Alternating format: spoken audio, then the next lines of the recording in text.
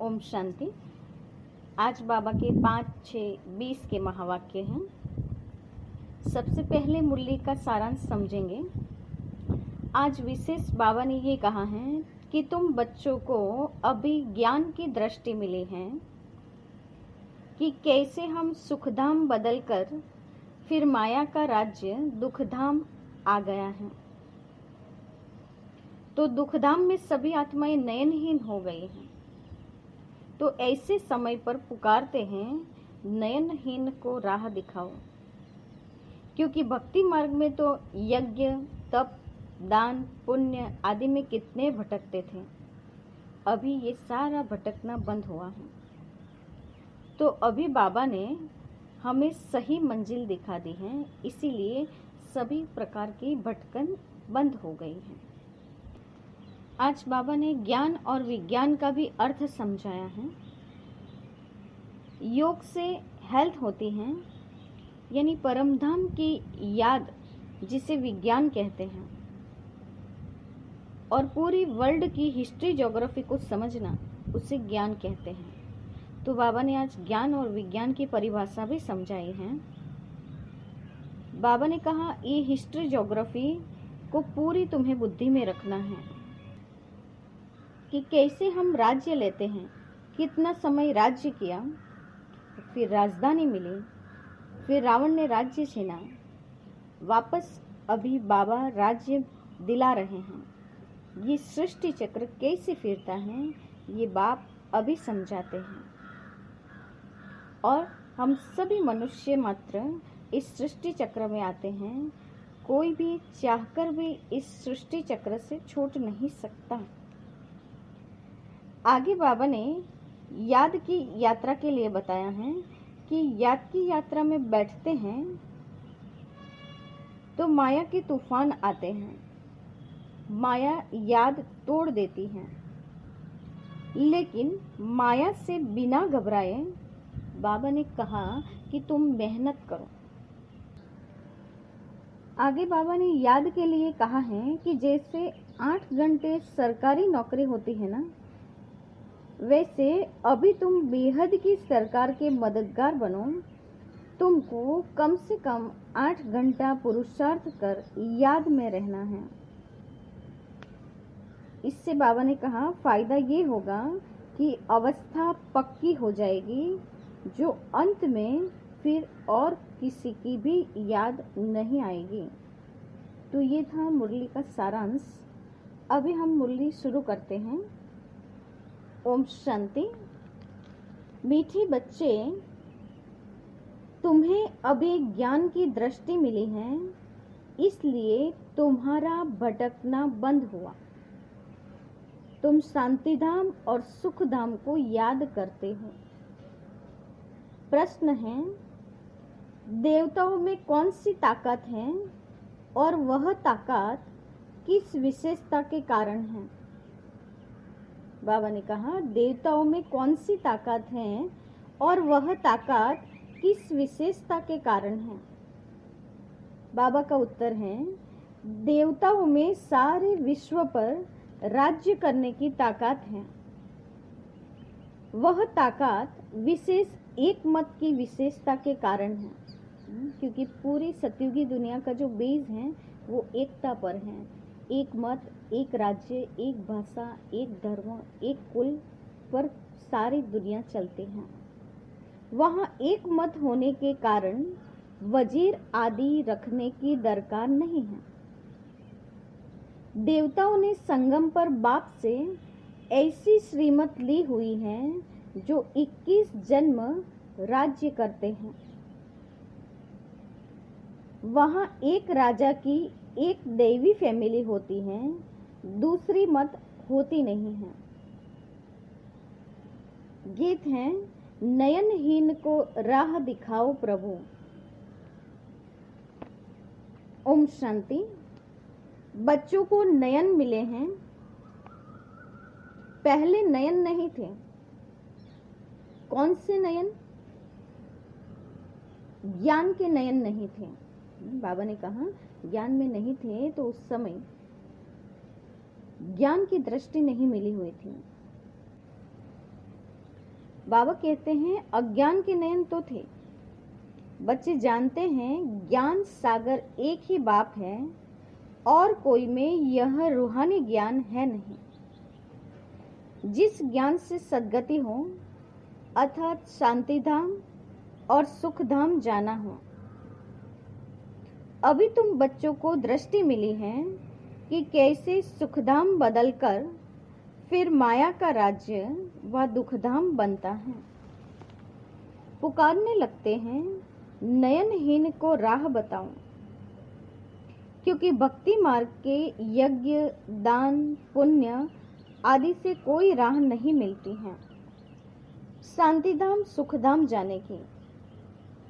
हर एक को अपना पार्ट बजाना ही है। बाप कहते हैं मुझे भी पार्ट मिला हुआ है। भक्ति मार्ग में पुकारते हैं मुक्ति जीवन मुक्ति की राह बताओ। उसके लिए कितने यज्ञ तप दान पुण्य आदि करते हैं, कितना भटकते हैं। शांतिधाम सुखधाम में भटकना होता ही नहीं। यह भी तुम जानते हो, वो तो सिर्फ शास्त्रों की पढ़ाई और जिस्मानी पढ़ाई को ही जानते हैं। इस रूहानी बाप को तो बिल्कुल जानते ही नहीं। रूहानी बाप ज्ञान तब आकर देते हैं जब सर्व की सद्गति होती है, पुरानी दुनिया बदलनी होती है, मनुष्य से देवता बनते हैं, फिर सारी सृष्टि पर एक ही राज्य होता है और वो देवी देवताओं का राज्य है जिसको स्वर्ग कहा जाता है। यह भी भारतवासी जानते हैं। आदि सनातन देवी देवता धर्म भारत में ही था। उस समय और कोई धर्म नहीं था। तुम बच्चों के लिए अभी है संगम युग, बाकी सब हैं कलयुग में। तुम पुरुषोत्तम संगम युग पर बैठे हो। जो बाप को याद करते हैं, बाप की श्रीमत पर चलते हैं, वह अभी संगम युग पर हैं, बाकी सब कलयुग में हैं। तो बाबा ने कहा कि एक तरफ सतयुग है, एक तरफ कलयुग है, बीच में हम संगम पर खड़े हैं। तो बाबा ने कहा दो युग के बीच का संगम है। किसके लिए? जो बाप को याद करते हैं, श्रीमत पर चलते हैं, धारणा करते हैं, ऐसे बच्चे अभी संगम युग पर हैं, बाकी सब कलयुग में हैं। अभी कोई सॉवरेंटी किंगडम तो है नहीं। बाबा ने कहा अभी कोई राजधानी तो नहीं चल रही है। अनेक मतों से राज्य चलता है, अनेकों की मत चल रही है अभी कलयुग में। सतयुग में तो एक महाराजा की ही मत चलती है, वजीर भी नहीं होते हैं, इतनी ताकत रहती है। बाबा ने कहा एकता वाली दुनिया में एक सूत्रता में सब बंद कर सतयुग में चलते हैं, बाकी वहाँ कोई वजीर की भी आवश्यकता नहीं होती है। फिर जब पतित बनते हैं तो वजीर आदि रखते हैं। द्वापर से बाबा ने कहा अनेक मतें शुरू हुई तो वजीर आदि रखने की रिवाज या रस्म शुरू हुआ, क्योंकि वह ताकत नहीं रहती है। पहले वाली सतयुगी ताकत वहाँ नहीं रहती है, तो वजीर की आवश्यकता पड़ती है, उसका सलाह मशवरा लिया जाता है। अभी तो है ही प्रजा का राज्य। सतयुग में एक मत होने से ताकत रहती है। अभी तुम वह ताकत ले रहे हो। 21 जन्म इंडिपेंडेंट राजाएं करते हो। बाबा ने कहा 21 जन्म स्वतंत्र रूप से हम राजाएं करेंगे, अपनी ही देवी फैमिली है। अभी यह है तुम्हारा ईश्वरीय परिवार। बाप कहते हैं अपने को आत्मा समझ बाप की याद में रहते हो तो तुम ईश्वरीय परिवार के हो। बाबा ने ईश्वरीय परिवार कैसे हैं वो बताया कि जब हम आत्मा समझ बाप की याद में रहते हैं तो हम ईश्वरीय परिवार के हैं। तो ईश्वरीय परिवार ये बात अंडरलाइन है। अगर देह अभिमान में आकर भूल जाते हैं तो आसुरी परिवार के हो गए। बाबा ने कहा कितनी अच्छी बात बाबा ने बताई है कि यदि आत्मा समझ बाप की याद में रहते हैं तो ईश्वरीय परिवार के हैं। जितना समय याद भूल जाती हैं तो बाबा ने कहा उस समय आप आसुरी परिवार के हो जाते हैं। 1 सेकंड में ईश्वरीय संप्रदाय के और फिर 1 सेकंड में आसुरी संप्रदाय के बन जाते हैं। अपने को आत्मा समझ बाप को याद करना कितना सहज है, परंतु बच्चों को मुश्किल लगता है। बाप कहते हैं अपने को आत्मा समझ और बाप को याद करेंगे तो विकर्म विनाश होंगे। देह द्वारा कर्म तो करना ही है, देह बिगड़ तो तुम कर्म कर नहीं सकेंगे। कोशिश करनी है काम काज करते भी हम बाप को याद करें, परंतु यहाँ तो बिगर काम के भी तुम याद नहीं कर सकते हैं। बाबा यहाँ फरियाद के स्वर में कहते हैं कि कई बार एकदम फ्री हैं, कुछ भी कार्य नहीं है, फिर भी बाबा की याद खिसक जाती है, भूल जाते हैं। यही तो मेहनत है। तो बाबा ने कहा कर्म पर पूरा अटेंशन होगा तो याद में रह सकते हैं, तो अटेंशन रखने का पूरी मेहनत करनी है। भक्ति में ऐसे कोई थोड़ी ही कहा जाता है कि सारा दिन भक्ति करो, उसमें टाइम होता है सवेरे, शाम व रात को। फिर मंत्र आदि जो मिलते हैं वह बुद्धि में रहते हैं। अनेक शास्त्र हैं, वह भक्ति मार्ग में पढ़ते हैं। तुमको तो कोई पुस्तक आदि नहीं पढ़ना है, न बनाना है। ये मुरली छपाते भी हैं रिफ्रेश होने के लिए। बाबा ने कहा तुम्हारे पास कोई पुस्तक या शास्त्र नहीं है जिससे तुम पढ़कर उससे समझते हो। बाबा ने कहा यहाँ तो भक्ति में तो अनेक शास्त्र हैं, वह भक्ति मार्ग में पढ़ते हैं। तुमको तो कोई पुस्तक आदि नहीं पढ़ना है, न बनाना है। ये मुरली छपाते भी हैं रिफ्रेश होने के लिए, बाकी कोई भी किताब आदि नहीं रहेगी, यह सब खत्म हो जाने हैं। ज्ञान तो है ही एक बाप में। अभी देखो ज्ञान विज्ञान भवन नाम रखा है, जैसे कि वहाँ योग और ज्ञान सिखाया जाता है। बाबा ने कहा बिना अर्थ की भी दुनिया में ज्ञान विज्ञान भवन नाम रख देते हैं, बिगर अर्थ ऐसे नाम रख देते हैं। कुछ भी पता नहीं है कि ज्ञान क्या है, विज्ञान क्या है। अभी तुम ज्ञान और विज्ञान को जानते हो। योग से होती है हेल्थ, जिसको विज्ञान कहा जाता है, और यह है ज्ञान जिसमें वर्ल्ड की हिस्ट्री ज्योग्राफी समझाई जाती है। वर्ल्ड की हिस्ट्री ज्योग्राफी कैसे रिपीट होती है वह जानना है, परंतु वह पढ़ाई है हद की। यहाँ तो तुमको बेहद की हिस्ट्री ज्योग्राफी बुद्धि में रहनी चाहिए। हम कैसे राज्य लेते हैं, कितना समय और कब राज्य करते थे, कैसे राजधानी मिली थी, यह बातें और कोई की बुद्धि में नहीं आती। बाप ही नॉलेजफुल हैं। यह सृष्टि का चक्र कैसे फिरता है बाप ही समझाते हैं। बने बनाए ड्रामा को न जानने के कारण मनुष्य कह देते हैं फलाना निर्वाण गया या ज्योति ज्योत समाया। तुम जानते हो अभी सभी मनुष्य मात्र इस सृष्टि चक्र में आते हैं, इससे कोई एक भी नहीं छूट सकता। बाप समझाते हैं मनुष्य की आत्मा एक शरीर छोड़ दूसरा लेती है। कितना बड़ा ड्रामा है। बाबा ने कहा ये कितना बड़ा ड्रामा चलता रहता है। कोई भी मनुष्य मात्र इस पार्ट से छूट नहीं सकते हैं। सब में आत्मा है, उस आत्मा में अविनाशी पार्ट भरा हुआ है।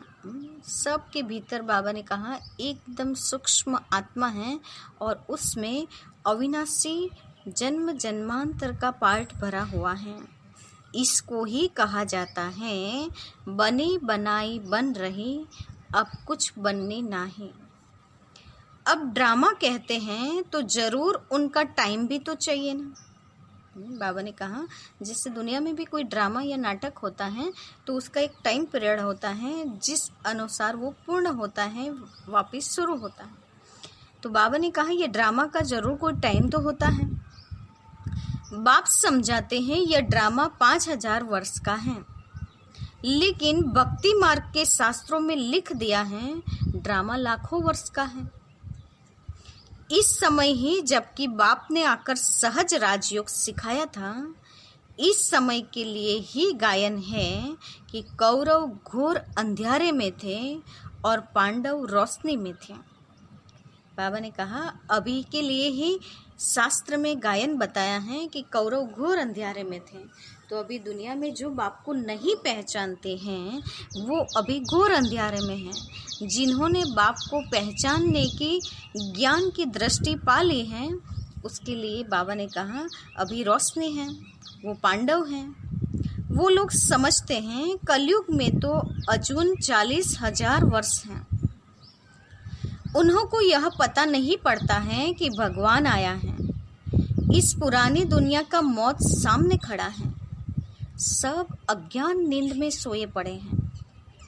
जब लड़ाई देखते हैं तो कहते हैं यह तो महाभारत लड़ाई की निशानी है, यह रिहर्सल होती रहेगी, फिर चलते चलते बंद हो जाएगी। बाबा ने कहा लड़ाई फिर चलते चलते बंद भी हो जाएगी, क्योंकि तुम जानते हो अभी हमारी पूरी स्थापना हुई थोड़ी ही है। गीता में यह थोड़ी ही है कि बाप ने सहज राजयोग सिखलाए यहाँ ही राजधानी स्थापन की।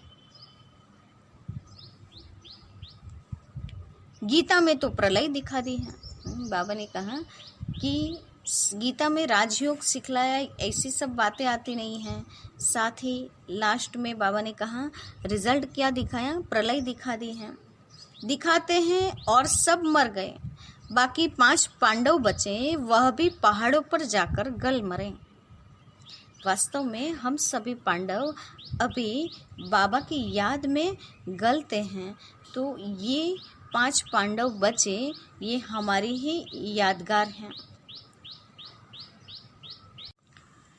क्योंकि अभी सृष्टि को देखा जाए तो सृष्टि को 100% में गिने तो वो कौरव संप्रदाय हैं जिन्होंने बाप को नहीं पहचाना है। लेकिन जो बाबा को पहचान लेने वाले जो बच्चे हैं वो पूरी दुनिया की तुलना में अभी 5% ही हैं। तो वो सब पांडव संप्रदाय हैं, जैसे कि वो पहाड़ों पर गल रहे हैं। राजयोग से क्या हुआ कुछ भी पता नहीं है। बाप हर एक बात समझाते रहते हैं। वह है हद की बात, हद की रचना, हद के ब्रह्मा रचते हैं। पालना भी करते हैं, बाकी प्रलय नहीं करते हैं। स्त्री को एडॉप्ट करते हैं, बाप भी आकर एडॉप्ट करते हैं। कहते हैं मैं इनमें यानी ब्रह्मा तन में प्रवेश कर बच्चों को नॉलेज सुनाता हूँ, इन द्वारा बच्चों को रचता हूँ। ब्रह्मा के द्वारा हम सब उनके एडॉप्टेड संतान हैं। बाप भी हैं, फैमिली भी हैं। यह बातें बड़ी गुह्य हैं, बहुत गंभीर बातें हैं, मुश्किल कोई की बुद्धि में बैठती हैं। बाबा ने कहा ये बात मुश्किल किसी की बुद्धि में बैठते हैं कि कैसे निराकार से वो ब्रह्मा तन में आते हैं और फिर ब्रह्मा हमारी अलौकिक माँ बनकर हमें एडॉप्ट करके ये ज्ञान देते हैं। तो बाबा ने कहा ये बड़ी सूक्ष्म और महीन बातें बहुत ही कम लोगों की बुद्धि में बैठती हैं। अब बाप कहते हैं पहले पहले तो अपने को आत्मा समझो। आत्मा ही एक शरीर छोड़ दूसरा लेती है। शरीर पर ही भिन्न भिन्न नाम पड़ते हैं। नाम, रूप, फीचर्स सब भिन्न भिन्न हैं। एक के फीचर्स दूसरे से न मिले। बाबा ने कहा जितने शरीर बदलते गए उतने नाम रूप सब कुछ बदलता गया। हर एक आत्मा के जन्म जन्मांतर के अपने फीचर्स हैं। अपनी एक्ट ड्रामा में नूंदी हुई हैं, इसीलिए इनको बना बनाया ड्रामा कहा जाता है। बाबा ने कहा हर एक ड्रामा में एक्ट नूंदी हुई है, इसीलिए उसको बना बनाया ड्रामा कहा जाता है। अभी बेहद का बाप कहते हैं मुझे याद करो तो विकर्म विनाश हो। तो हम क्यों न बाप को याद करें, यही मेहनत की बात है। तुम बच्चे जब याद की यात्रा में बैठते हो तो माया के तूफान बड़े आते हैं, युद्ध चलता है, लेकिन बाबा कहते हैं उससे घबराना नहीं है। माया घड़ी घड़ी याद तोड़ेगी, संकल्प विकल्प ऐसे ऐसे आएंगे जो एकदम माथा खराब कर देंगे। बाबा कहते हैं तुम मेहनत करो। बाप ने समझाया है इन लक्ष्मी नारायण की कर्मेंद्रिया वश कैसे हुई। यह संपूर्ण निर्विकारी थे।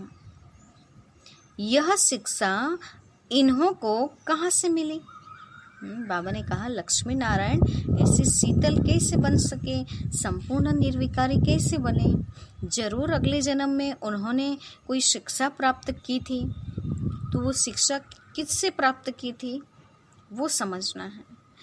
अभी तुम बच्चों को यह बनने की शिक्षा मिल रही है। बाबा ने कहा अगले जन्म में देवताई पद पाने के लिए अभी हम ये शिक्षा ग्रहण कर रहे हैं। इसमें कोई विकार नहीं होता। वहां रावण राज्य ही नहीं है, पीछे रावण राज्य होता है। रावण क्या चीज है यह कोई भी नहीं जानते हैं। बाबा ने कहा दुनिया में तो क्या करते हैं, रावण का भूत बनाकर जलाते हैं। तो रावण कोई शरीर रचना धराने वाला कोई इंसान नहीं है।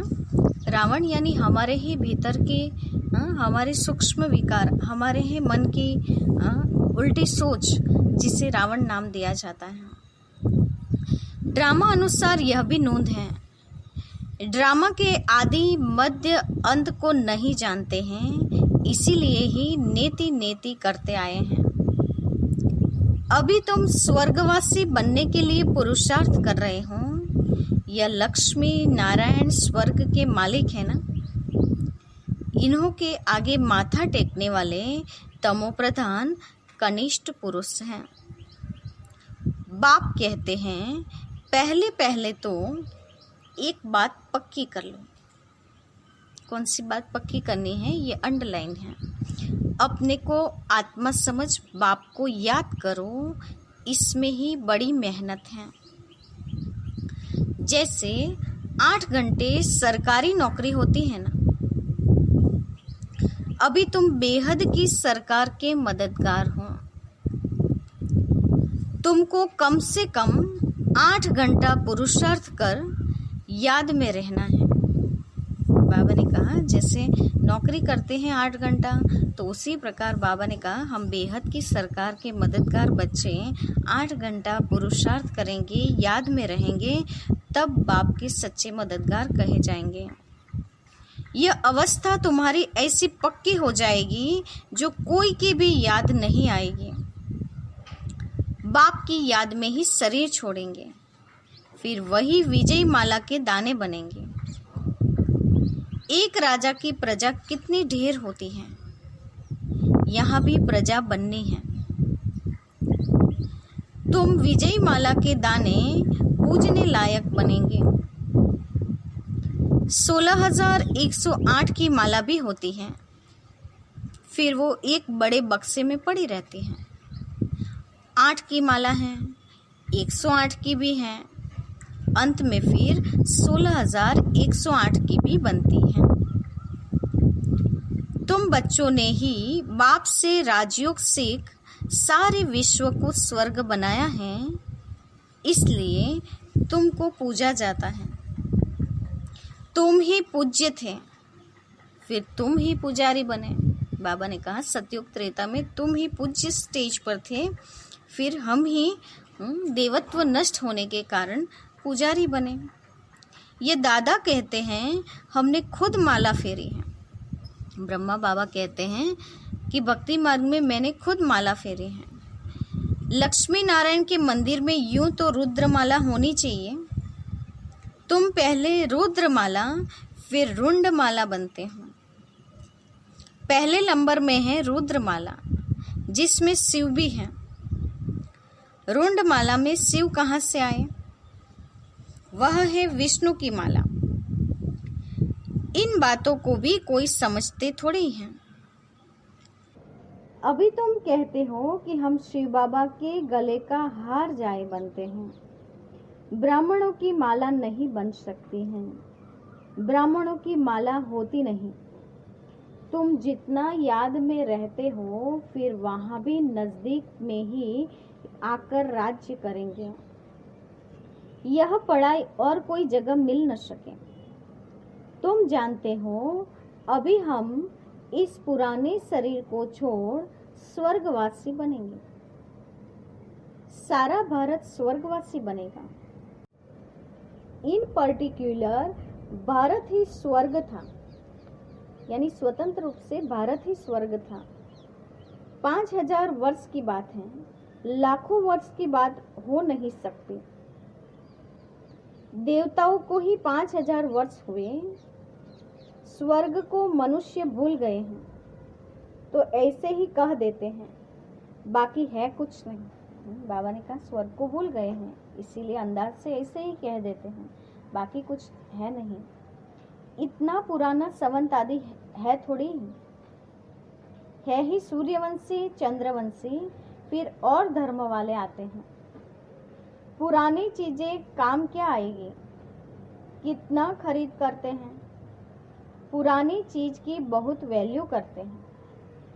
सबसे वैल्यूबल शिव बाबा हैं। कितने शिवलिंग बनाते हैं। आत्मा इतनी छोटी सी बिंदी है, यह किसको भी समझ में नहीं आता है। अति सूक्ष्म रूप है। बाप ही समझाते हैं। इतनी छोटी बिंदी में इतना पार्ट नूंदा हुआ है। यह ड्रामा रिपीट होता रहता है। यह ज्ञान तुमको वहां नहीं रहेगा, यह प्रायः लोप हो जाता है। तो फिर कोई सहज राजयोग सिखा कैसे सकते?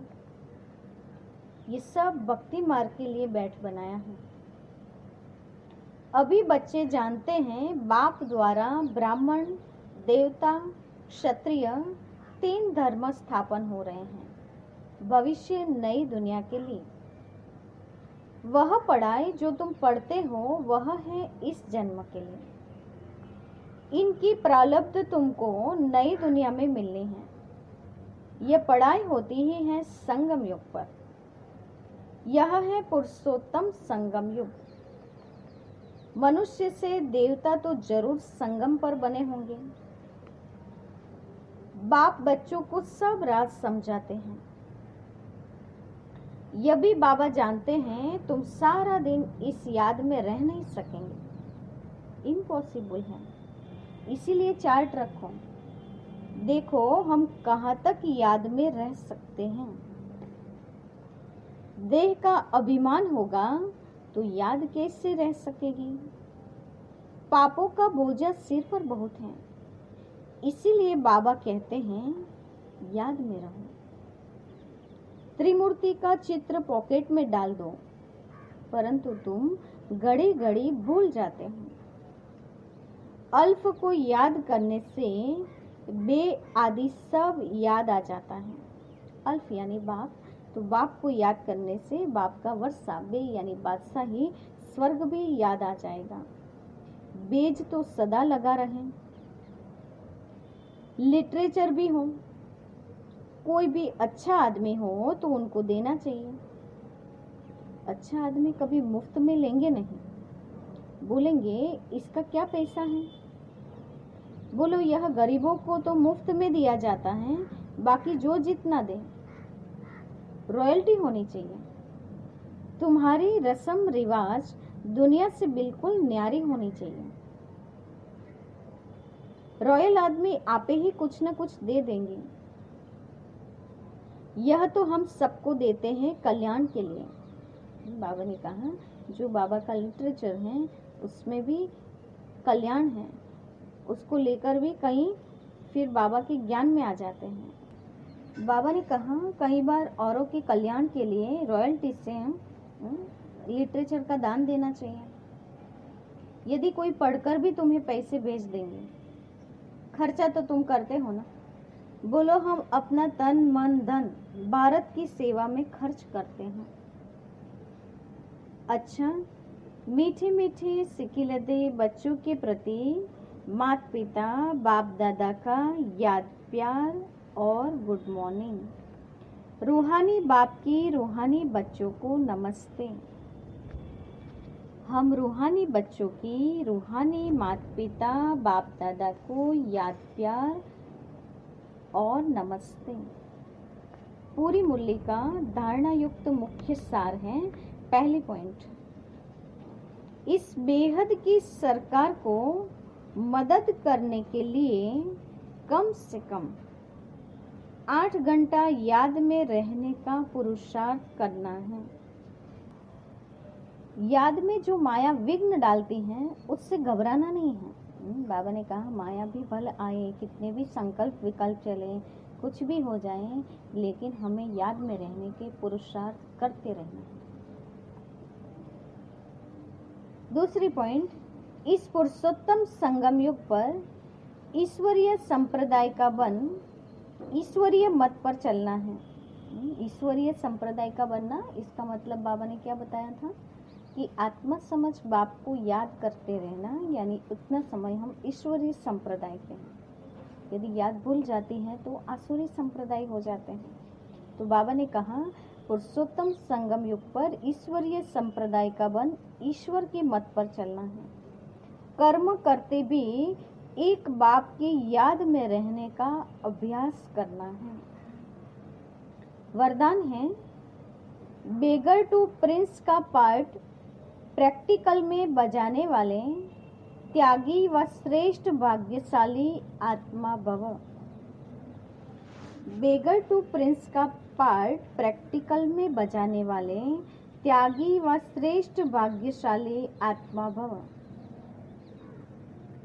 वरदान का स्पष्टीकरण है, जैसे भविष्य में विश्व महाराजन दाता होंगे, अभी ऐसे ही दातापन के संस्कार इमर्ज करो। किसी से कोई सेल्वेशन लेकर के फिर सेल्वेशन दे, ऐसा संकल्प में भी न हो। इसे ही कहा जाता है बेगर टू प्रिंस। स्वयं लेने की इच्छा वाले नहीं, इस अल्पकाल की इच्छा से बेगर। ऐसा बेगर ही संपन्न मूर्ख है। यानी बाबा ने कहा अपनी इस समय की जो इच्छाएं हैं वो अल्पकाल की इच्छा है, इससे बेगर बनना यानी उसका त्याग करना है। जो अभी बेगर टू प्रिंस का पार्ट प्रैक्टिकल में बजाते हैं, उन्हें कहा जाता है सदा त्यागी व श्रेष्ठ भाग्यशाली। यानी जो अभी अपनी अल्पकाल की इच्छाओं का त्याग करेंगे, वही भविष्य में श्रेष्ठ भाग्यशाली बन सकते हैं, श्रेष्ठ भाग्य का अधिकारी बन सकता है, क्योंकि त्याग से सदाकाल का भाग्य स्वतः बन जाता है। तो क्या याद रखना है कि अभी संगम पर हमें छोटी मोटी अल्पकाल की इच्छाओं का त्याग कर बेगर बन के भविष्य में प्रिंस बनने की राजाई का अधिकारी बनना है। यही श्रेष्ठ भाग्यशाली कहा जाएगा। स्लोगन है, सदा हर्षित रहने के लिए साक्षीपन की सीट पर दृष्टा बनकर हर खेल देखो। बहुत ही अच्छा है स्लोगन कि सदा हर्षित रहने के लिए हमें साक्षीपन की सीट पर सेट होकर पूरा दृश्य, खेल का दृश्य देखते जाएंगे। तो बाबा ने कहा कभी कोई बात आपको छू न सकेगी और वो आपको उदास नहीं कर सकेगी। साक्षीपन की सीट पर सेट जो होगा वो सदा बाबा ने कहा खुश रह सकता है, हर्षित रह सकता है। अच्छा, ओम शांति।